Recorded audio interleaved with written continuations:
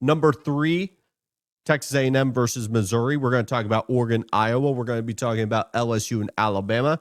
Now I got some quick takeaways for the college football playoff rankings. Not to give a complete spoiler alert, I'm not expecting the grandest of takeaways from the college football playoff. There's just been some things I think are interesting, but nothing to write home about. But let's take a good sip of water. Give the editor a little bit room to breathe. Pop the neck. Ooh, that was a good one today. Texas A&M will be traveling to Missouri, facing off following both of these teams having their bye week. What can we expect from the true freshman quarterback, former 4-star, I believe out of the state of Georgia, Matt Zollers? Matt Zollers is the X factor here.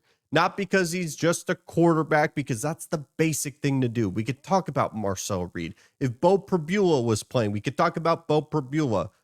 Matt Zollers is the X factor because how he performs elevates the opportunities and the different avenues that Missouri could win this game. Because when we talk about Texas A&M in this game, they have many different ways they can beat you. They've shown that. They can beat you in a rock fight. They can beat you in a shootout. They could beat you in a way where it's a close game for 3.5 quarters and then they break your back. I think of the Mississippi State game and the Florida game as great examples.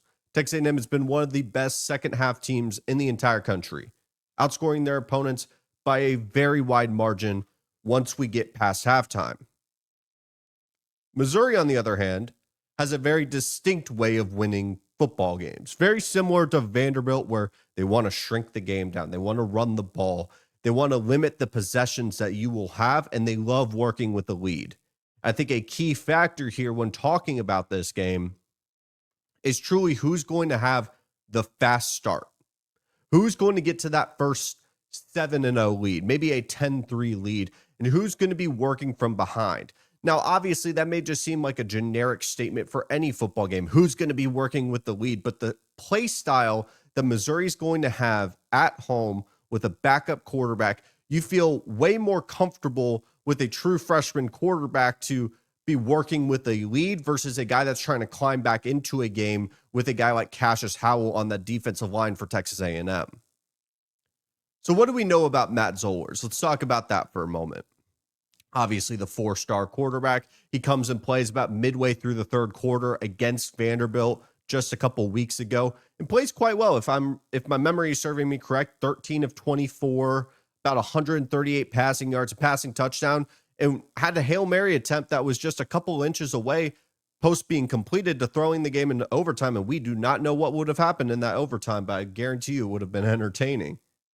Matt Zollers, every single level of football, if you were to go do your research, maybe you ask ChatGPT, give me a theme of everything that people have talked about when watching Matt Zollers play football outside of the brief moments that we've seen in his collegiate career.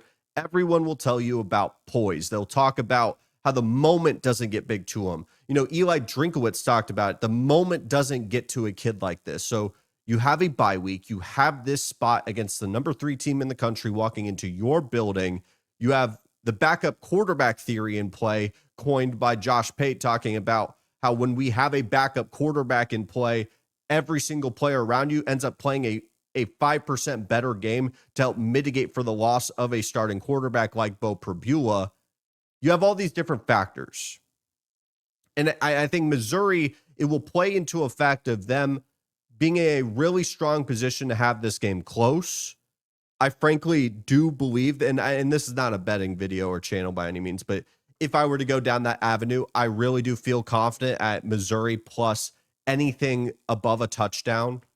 I think A&M might be due for a spot to start slow. And I think for this first half, you wouldn't be shocked if Missouri has a lead. And frankly, I think this is going to be another situation where we look at Texas A&M going into halftime and potentially seeing them bounce back, because Missouri statistically, the best example is them against Vanderbilt, outplayed Vandy but lost the game. That happens all the time in college football. Statistically, they check off every single box. If you were to just look at the box score and not the score of the game, you would probably think Missouri would have won that game against Vanderbilt, but they didn't. I think this is a better Missouri team than a lot of the college football public is going to give credit. And we have an A&M team that maybe if it was the A&M of the past, and He who shall not be named, but he was worth $70 million buying out. I will not speak of his name outside of coaching searches for maybe Auburn. And Kevin Sumlin led coaches. And my battered you-know-what would lead me to think that this is a major spot. Upset alert, ring the bell, Redcon 20. I don't know what you need to call it, but emergency that A&M could be upset here. And frankly, if this is your first time watching the page, I have deep roots with Texas A&M. I have gone A&M. There's an A&M helmet right over there. I've seen this story. A&M gets ranked number 4 in the college football rankings. The first ones, they were a surprise at the time. They have to go travel to Mississippi State. Those damn cowbells are ringing, and Nick Fitzgerald runs for, 150 plus yards, kicks A&M down the road. Trevor Knight gets hurt in the second quarter. Remember it like it was yesterday. But this is not a Kevin Sumlin-led team. This is not he who shall not be led type of team. This is a Mike Elko team. This is an Elko culture. And when we talk about A&M and their goals and their keys, I think of 2 main areas, really 3. Number 1, Marcel Reed. Obviously, we've got to start with the quarterback. There's a lot of noise and chatter around Marcel Reed, specifically with Missouri. You have Missouri players talking about how Marcel Reed and Brady Cook, interchangeable type of players, very comparable type of players. I don't want to misread that. It wasn't Missouri players saying that. That would have been wild. Missouri podcasters, media members talking about that. Missouri players talking about how they need Marcel Reed to play the quarterback position and they'll win the game. Okay.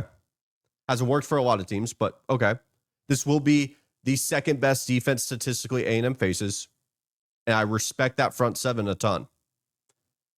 I really do look at the linebackers for Texas A&M. Scooby Williams is once again going to be out for this game, so I look at Sanford and I look at Torian York. If I know how well they played and I know what their performance looked like, I would feel very confident in knowing how that game looks. When we talk about Missouri, and especially with the true freshman quarterback, we're looking at Ahmad Hardy. And with their wide zone runs, we really look at the linebackers to be the breaking point between Ahmad Hardy, a physical downhill runner with a lot of juice, to get from the second to the third level. I would much rather be his explosive runs being a 13-yarder versus a 35-yarder down the field.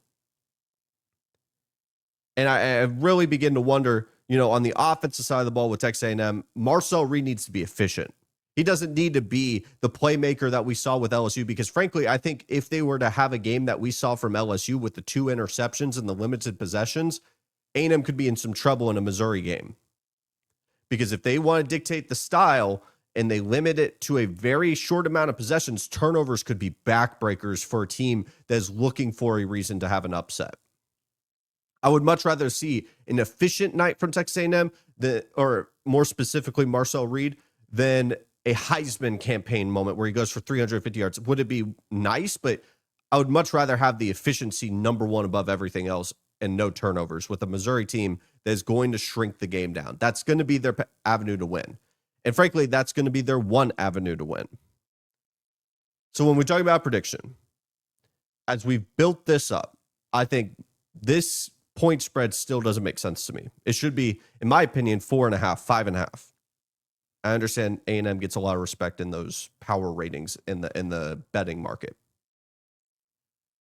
My prediction is going to be 21-27, Texas A&M winning, for a different couple of reasons. I expect that if they get punched in the mouth, here's the avenues that we're working with. If A&M gets punched in the mouth, I have a track record to work off of that they're going to be able to bounce back, even if they have to climb out of a deficit. They got punched in the mouth multiple times against Notre Dame. They got punched in the mouth at the beginning of LSU.